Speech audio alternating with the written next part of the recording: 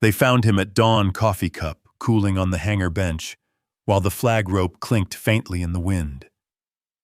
The younger technicians scoffed, saying his blueprint looked older than their father's school notes, their laughter pressed into the metal rafters. Still, when the blueprint unfolded, a service coin slid out, catching porch-light gold, and the jet he had touched roared alive, silencing every scoff in its thunder. Quiet men leave echoes, too. Respect is earned in silence. The hangar smelled faintly of oil and dust, the kind of scent that clung to old tools and long-forgotten corners. Light slanted through high windows, catching particles in the air, each beam like a frozen ray of time.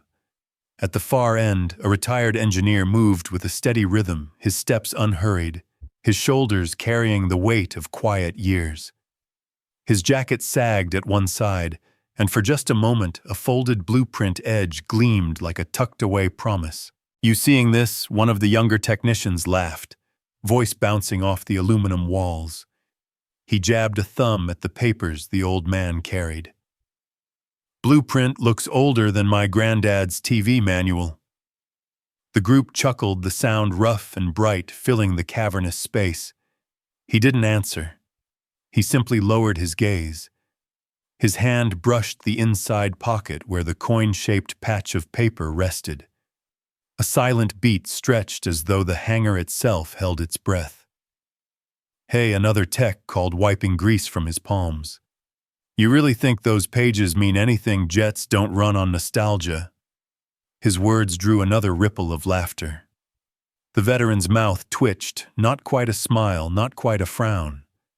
He leaned against a crate, its wood scarred by decades of use, and let their words roll over him like wind against old stone. He didn't correct them. Not yet. But the echo of their laughter carried. It rose up into the rafters, mingling with the low whine of a distant idle engine. The sound felt heavier than the noise itself, like a judgment passed quickly, easily. "Guess he thinks we'll take notes," one technician muttered. "Notes," another replied. "We're building planes, not writing history books." Their laughter came again, sharp and brief, bouncing down the hangar's hollow belly. The old man reached for a rag left on the crate. He rubbed it between his fingers slowly, as though testing its texture. His gaze followed the length of the hangar to the wide doors where sunlight spilled in. The light caught his face, weathered lines etched deep. Still, he stood steady. He shifted his weight, breathing through the moment, his silence more stubborn than any protest could be. Then a sudden clang, someone dropped a wrench. The noise rang like a bell, drawing every head for a second. Eyes darted back to him, curious if he'd react. He didn't. "You know what he reminds me of?" One technician whispered, not quite low enough. "My uncle at the diner, going on about how coffee used to taste better in the 60s. A ripple of chuckles again. The veteran adjusted his jacket coin edge, pressing against his rib as though reminding him it was there. His lips parted slightly, as if to speak, but he chose stillness. The pause became its own answer. But in that quiet, something shifted. One apprentice, barely more than a kid, looked away, first suddenly uneasy. The laughter softened, trailing off like a radio losing its signal. For just an instant, the only sound was the distant engine, the faint clink of tools, and the heartbeat hush of a hangar waiting. The diner hummed with the soft clink of silverware and the low crackle of a jukebox that hadn't changed its playlist since the 70s. Outside, flags fluttered lazily in the summer air. Inside, the retired engineer sat at the counter, a coffee cup resting on a saucer, chipped from years of service. His jacket lay folded on the stool beside him, edges of a rolled blueprint peeking out like a relic. "Morning, Earl," the waitress said, topping his mug. "Cream or just black? Like always, black's fine," he answered, voice steady, a baritone softened by time.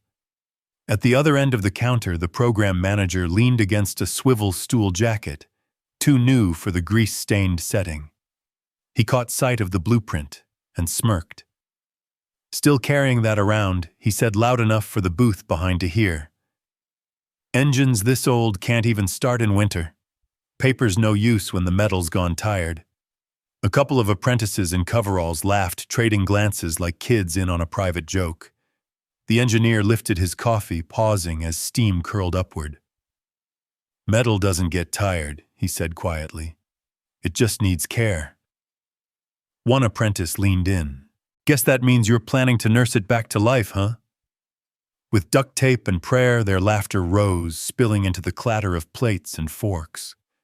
He folded the blueprint open with deliberate slowness, smoothing the fragile lines across the counter.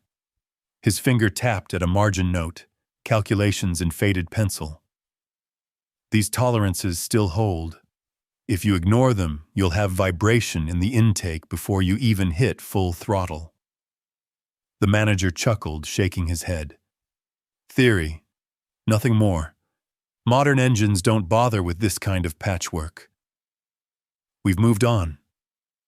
Maybe the veteran said. He let the words settle his tone, free of challenge. But air is still air. Metal still expands when it heats. Physics doesn't move on. The diner quieted for a moment. The waitress paused with a coffee pot, listening, then resumed her rounds.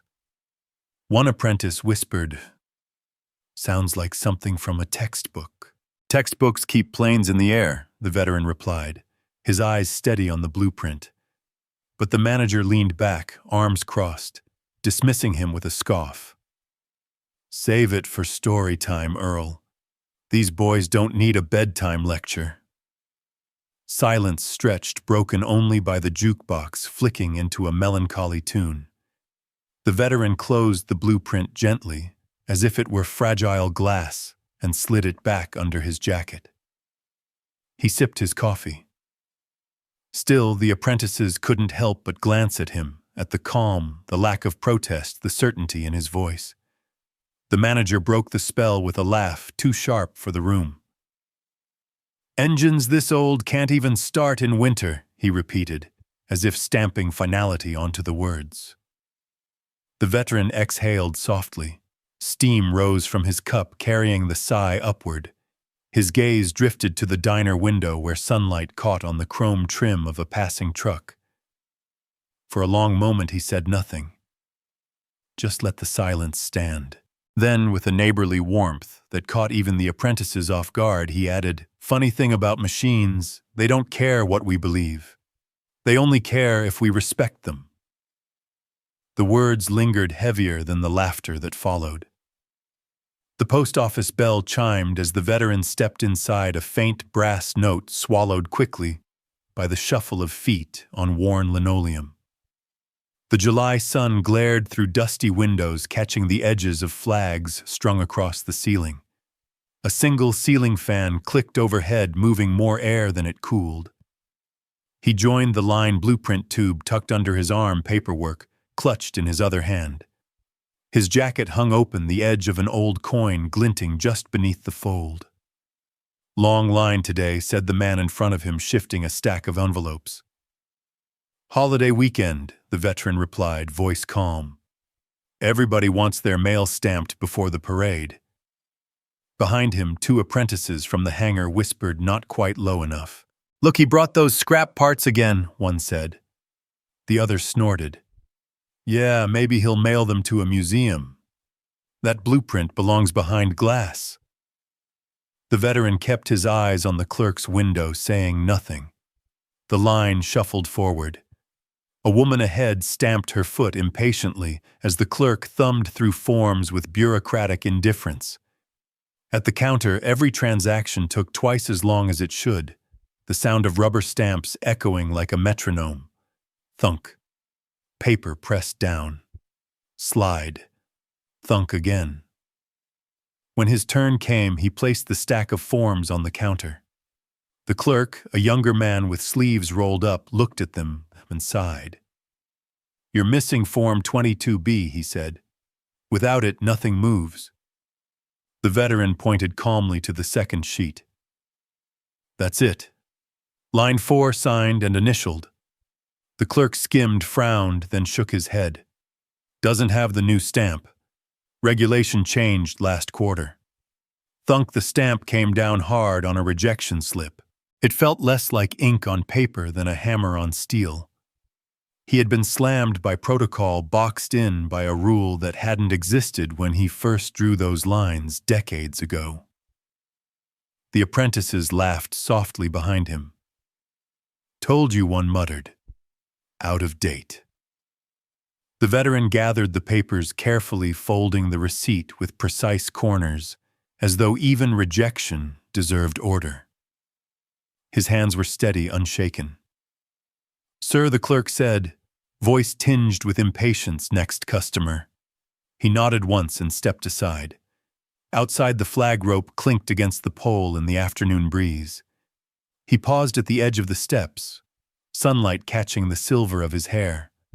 For a moment he stood still, receipt folded between his fingers like a fragile keepsake.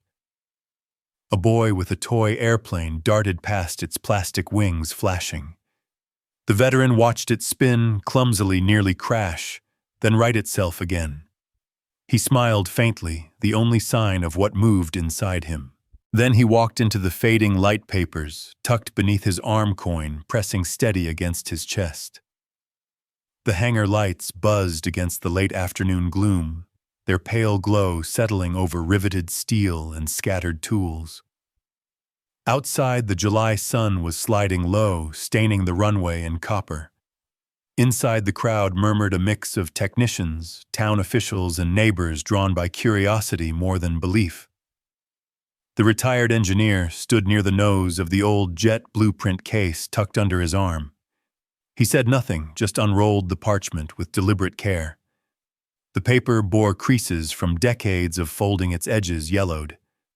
But every line was clear, etched with the precision of a life spent in service. Is that the miracle plan? One apprentice whispered, trying to keep his tone light. Another answered, quieter now. It looks ancient, but look at his hands. The veteran pressed the blueprint flat against the workbench, smoothing it with his palm. His fingers lingered on the margin, steady, as if anchoring something larger than paper. The program manager strode forward, voice sharp. We already ran diagnostics. The fuel line's obsolete. Nothing on that sheet changes facts. The veteran didn't argue. He gestured to a valve beneath the wing, tightened by his hand earlier in the week. The apprentices exchanged a glance. Hadn't they dismissed that adjustment as pointless tinkering? Ready ignition, called the test pilot voice, clipped over the intercom. The crowd hushed. Engines whined, a low keening that grew with every breath. But instead of coughing into silence as before, the turbines caught. A clean roar surged, thunder filling the hangar. Metal shivered, bolts held fast, and the jet came alive. The apprentices' faces drained of color. One whispered, barely audible, he fixed it. We laughed. The manager's protest died in his throat. Justice didn't arrive as an argument. It arrived as sound engine thunder rolling across steel beams, undeniable and absolute. The veteran stood motionless, blueprint at his side. His eyes reflected the glow of warning lights, calm, as if he had always known this moment would come. The hangar doors yawned open. Heat shimmered on the runway, drawing a line from past to present. The jet rolled forward, nose lifting toward twilight. For a heartbeat, silence claimed the crowd, broken only by the final whine of acceleration. Then, the machine lifted wheels, leaving earth contrails cutting across the sky. It wasn't just metal in motion, it was proof, a lifetime of discipline and honor rising where words had failed. The crowd remained hushed, every head tilted upward. Apprentices who had mocked him now gripped the railing, eyes wide. A neighbor muttered, almost reverent, after all these years. The veteran's hand stayed on the blueprint margin, as though transferring steadiness from paper to sky. Engines thundered into distance, leaving the hangar swallowed by awe. The hangar smelled faintly of fuel and dust, but the roar had long since faded. Only the echo remained a silence more powerful than sound. The veteran set the rolled blueprint on the table near the tool racks. It wasn't ceremony, just habit, but the gesture carried weight. The apprentices stared at it as though it were something holy. He dusted his hands against his jacket, as if ending an ordinary shift.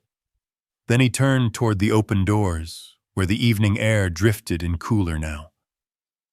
But silence followed him outside past the chain-link fence across the narrow street toward the diner. Inside, forks paused midway. Coffee cups hovered but didn't land. The owner, who had seen decades of faces shuffle through, froze mid-pour with the pot. The veteran slid into his usual corner booth without a word. The hush spread. Conversations thinned until only the clock ticked above the counter. Then a neighbor cleared his throat, lips curling into a half-smile. Guess even old engines get their second wind. A few chuckles stirred the stillness. Not laughter at him, laughter beside him. Warmth, not mockery. The waitress topped his cup, her hands steady but her eyes brighter than usual. No one asked questions. No one needed to. Respect didn't arrive with applause. It arrived with the absence of ridicule. Still, the silence held a rhythm of its own. But it was a silence that carried honor. Later that evening, across the street at the church hall, the choir was rehearsing. Sopranos reached for a high note, altos steady beneath them. Then, just as the veteran passed by the side door, a phrase faltered. A hymn book slipped shut, the note trailing away. One by one, voices dropped. Not because of error, but because attention shifted outward. Pages rustled as they were lowered. The conductor glanced toward the door baton still raised. In the pause, only the faint scrape of chairs echoed, and the clink of the flag rope outside. The veteran didn't break stride. He simply adjusted his jacket and kept walking. Yet the air seemed fuller, as if the quiet itself had chosen to accompany him. The choir picked up again, softer this time, voices gentler. It was no longer practice, it was tribute in disguise. Back at the diner, the apprentices entered, still wide-eyed from the afternoon. They slid into a booth opposite their mentor without asking permission. For once, they didn't talk over him. They sat in careful silence, waiting. One finally whispered, "We didn't believe." The veteran stirred his coffee, the spoon clinking against ceramic. He didn't look up. "Belief isn't required," he said. "Work is." The boys exchanged glances, the weight of the simple sentence pressing heavier than any lecture. The veteran folded the diner receipt, tucking it into his pocket, with the same deliberate care he had given the blueprint earlier. Then he rose, nodding at the waitress before heading out into the fading light. The room remained quiet until the door swung shut behind him. Only then did voices return, but softened, as though volume itself would betray the moment. The porch swing creaked slowly, keeping time with the chorus of crickets. The old boards beneath his boots held the heat of the day, fading now into the cool breath of dusk. Fireflies blinked across the yard in erratic sparks, small lanterns floating just long enough to be seen. The veteran sat in shadow, the brim of his cap tilted low, shoulders square as always. Across from him, the young apprentice fidgeted, a folded paper clutched in both hands. It was the blueprint, creased and weathered edges softened by years. Neither spoke at first. Silence had been their truest language since the hangar. Then the boy looked up. "I don't know why you gave this to me." His voice was tentative, caught between awe and guilt. The veteran shifted, leaning forward just enough for the porch swing to sigh. He reached into his jacket pocket, fingers brushing the familiar weight of the service coin. He set it gently on the apprentice's open palm, where it gleamed under the porch light. "Respect is never given," he said, his voice quiet as gravel. "It's earned in silence." The boy swallowed hard, staring at the token. His reflection shimmered in the metal. For a moment, the coin seemed heavier than it should have been. The screen door clicked soft as a heartbeat, but no one stepped out. Inside, the faint radio static hummed, playing an old country hymn that drifted onto the porch. The veteran let the tune wash over the quiet, the way a man lets memory settle without words. "Sir," the apprentice whispered, still staring at the coin. "We were wrong, about you. About all of it." The veteran shook his head, slow and deliberate. "Not wrong, just untested. Now you know." The boy nodded, clutching both blueprint and coin to his chest. He didn't ask for instructions. He didn't need them. The lesson had already been taught, not through speeches, but through the steady hum of discipline, through a jet lifting against all odds. The porch swing creaked again, steady as a clock hand. Chamos. Out on the street, neighbors passed with quiet nods. Some lifted a hand, small gestures of respect that didn't break the hush. The choir's last notes drifted from the hall across the square, fading into the twilight. The town was different now. Not noisier, not louder, just steadier. The apprentice rose, still holding the coin. He turned it over in the porch light, as though memorizing every groove. Then he looked back at the man on the swing, searching for permission, for acknowledgement. The veteran gave a single nod.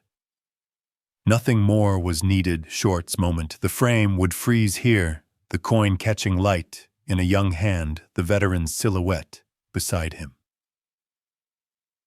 The night deepened. Fireflies swirled higher. The veteran leaned back, the swing creaking once more as if settling into memory. He had no need for applause, no hunger for headlines. The proof had already flown thunder rolling in the hangar hours earlier. What mattered now was the quiet transfer, the bridge built between generations. The boy stood in the yard, coin still in hand. He would carry it forward, not as treasure, but as reminder. The porch swing rocked gently in the background, the sound of a man at peace. And in the hush of that summer night, respect lived not in noise, not in spectacle, but in silence.